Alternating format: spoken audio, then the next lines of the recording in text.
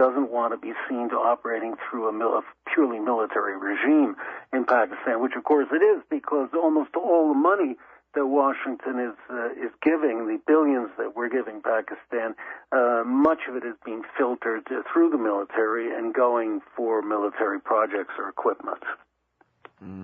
All right, now, so something that's been on my mind, especially since the Bob Woodward book came out, there's and I haven't read the whole thing, but one of the quotes in the Washington Post was from Joe Biden, who oftentimes seems to really get what he wants.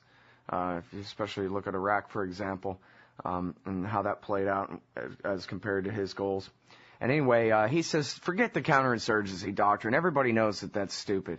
For the war in Afghanistan, we're not going to build a nation there. What we need to do is do counterterrorism only, focus more like a laser. And our two top priorities, he said, are getting Al-Qaeda, which we all know there ain't no more than a couple of dozen of them anywhere in the entire region anyway, but getting Al-Qaeda and securing Pakistan's nuclear weapons. Now, I think it was Gareth Porter told me on the show yesterday, look, man, trust me, nobody in D.C. is talking really about invading Pakistan and taking their nukes. Of course, Robert Kagan and Michael O'Hanlon wrote that thing back a few years ago, and yeah, it was Gareth said, come on, they were just pushing for an increase in military spending, that kind of thing. But I think about some of the things I've learned from you, such as you mentioned in the first segment here that Pakistan, in many ways, is really four separate nations. They're held together by a single military. And I guess you've told me before that the military there is really cohesive, and it would take a hell of some kind of catastrophe for there to really be a break in the military and a fight over who controls the nukes or something like that. But, you know, part of me figures even if that isn't really the policy to destabilize Pakistan so badly that it creates the excuse to go ahead and invade and try to seize those nukes, it seems to me like we're on that path anyway. This country is supposedly an ally of ours, and yet we continually are forcing them to wage a civil war inside their own country, which has tremendous consequences. And it's going on right now. They're pushing for a new reinvasion of the Northwestern Territories right now. And I just wonder whether at some point we're going to end up with Barack Obama becoming a great president after all, that, meaning draft everybody and finally make everyone contribute to the war effort because he gets us into one so big over there. Well, Scott, talking about contributing, how all Americans should be contributing to the two wars that we're waging is by paying taxes to pay for them, which we're not. The costs of these of Iraq and of Afghanistan and now of Somalia and Yemen and North Africa, etc., are all going on the national credit card, being hidden in the national debt. And it is iniquitous, it's undemocratic, and it's just illogical that Americans not be asked to contribute and to pay the costs of these wars, which are now at probably $1.2, $1.3 trillion. And my feeling is that if every American had to fork out to pay the real cost of these wars, they would be ended very quickly. But they won't, and Washington keeps hiding this. It's very undemocratic. Yeah, well, the central bank is the tool. I mean, they can send everybody a check in the mail for $300 and say not only is the war in Iraq free, but we're all making money too. It's all good. And then everybody's paying their bills standing in the unemployment line later, but they don't make the connection, between the inflation and then the consequences from the correction later on. But back to the real point, which is, are we on the path to a full-scale intervention inside Pakistan? I mean, bombing people inside Pakistan with a wink and a nod from our puppet government there and so forth is one thing, but an actual war in Pakistan is something else, and that's what I'm worried about. Well, we're not looking at, U.S. Army divisions pouring across the Afghan border into Pakistan the way Iraq was invaded. We just don't have the troops there. Pakistan's a country of 175 million people. Pakistan has an army of nearly 600,000 very tough soldiers. I've been out with them in the field. I've been at war with the Pakistani army against the Indians. They're very tough fighters. They're no pushovers like the Iraqis would be. So I don't think you're going to see a full-scale military conflict. However, I think what's happening now is that we are slowly being sucked into a low-intensity war. CIA's got its own private little army running around inside Pakistan. U.S. Special Forces are more and more active inside Pakistan. We've got all these Blackwater and God knows how many mercenary groups, not to be confused with private contractors, that are going around, and there are more and more cross-border raids by the U.S., both air and thing. Now we're up to over 10,000 of these Predator and Reaper drone strikes, which are killing mostly civilians and infuriating everybody on the ground.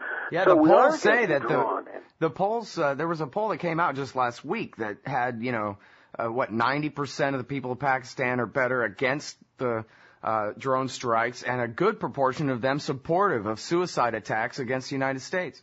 Against Americans. When I was working for writing for the Pakistani media for Dawn, the surveys that I saw showed that over 90% of Pakistanis were totally against the U.S.-led war in Afghanistan and believed that the U.S. has become Pakistan's number one enemy, even more so than the traditional foe India, and that it's fine to attack U.S. troops and personnel. And that America is a bitter enemy of Pakistan. It's very distressing. I mean, we're waging this war supposedly to stop so-called terrorism, and yet here we are running this huge machine generating anti-American groups faster than we can destroy them. Yeah, now real quick kind of yes or no here. If I had my way and there just wasn't a single American soldier anywhere in the old world at all, would we be perfectly fine still, or what? Yes, it would be okay. We don't need American troops all over the world. There's no need for them. Europe certainly doesn't need them, and Asia needs them even less. Our troops should be at home. They have no cause to be abroad, and I speak as a former soldier. It's a drain on the treasury, and it's an irritant to the rest of the world, and it's provocative. Yeah. Well, and look, how many Al-Qaeda are in Pakistan and Afghanistan? If we take all those northwestern Waziristans and whatever the heck up there and their version of the Rocky Mountains they got going on over there, are there any real Arab-Afghan army vets left that we got to worry about? CIA directors said there are probably no more than 50 in Afghanistan of low-level Al-Qaeda types and a handful in Pakistan, and so Al-Qaeda has been so vastly exaggerated. We've created our own boogeyman to scare ourselves. They're very few. There never were more than 300, as I've often said when I was there in the 90s. So, no, they're very little, but the problem is that we are creating more of these anti-American groups. I don't call them terrorists. I call them anti-American groups, which is what they really are. Well, and that's such an important point, that there were only a few hundred then. And I always think back on Robert Dreyfuss's article in Rolling Stone called The Bogus War on Terrorism, or something very close to that, where he quotes the CIA guys saying, look, man, we went in there with our laser designators and our B-52s or whatever they were, and we bombed those Al-Qaeda dudes off the face of the earth. You wanted a body count, bring Q-tips. And the only people that were left were like maybe 2 or 3 dozen guys that escaped from Tora Bora when they had Zawahiri and bin Laden completely cornered in 1 square mile and let him go. Other than that, and the whole world hated their guts. The whole world hated them for what they did on 9/11. And basically the war was won in, that fall. Well, that's kind of America, arrogant blowharding. What happened at Tora Bora was that bin Laden's people set up a phony radio transmitter that spoofed the Americans into thinking that they had bin Laden trapped there when actually he escaped 2 days earlier. I heard this from Pakistani intelligence. Oh, that's interesting. Well, I saw a YouTube video of Ayman al-Zawahiri saying, you are such cowards. You had us totally surrounded, and then you sent our friend Hekmatyar to get us. Thanks a lot. That's right. Well, that is the feeling. Come out and fight fair. Mano a mano, you guys. Forget the B-52s and everything else. Right. But this is a tiny number of people who escape. But Al-Qaeda, as I often said, it's not an organization. It's a movement. And it's a movement that means anti-American everywhere. Yeah. And the more we try and smash them with, like an angry giant, the more we're creating enemies.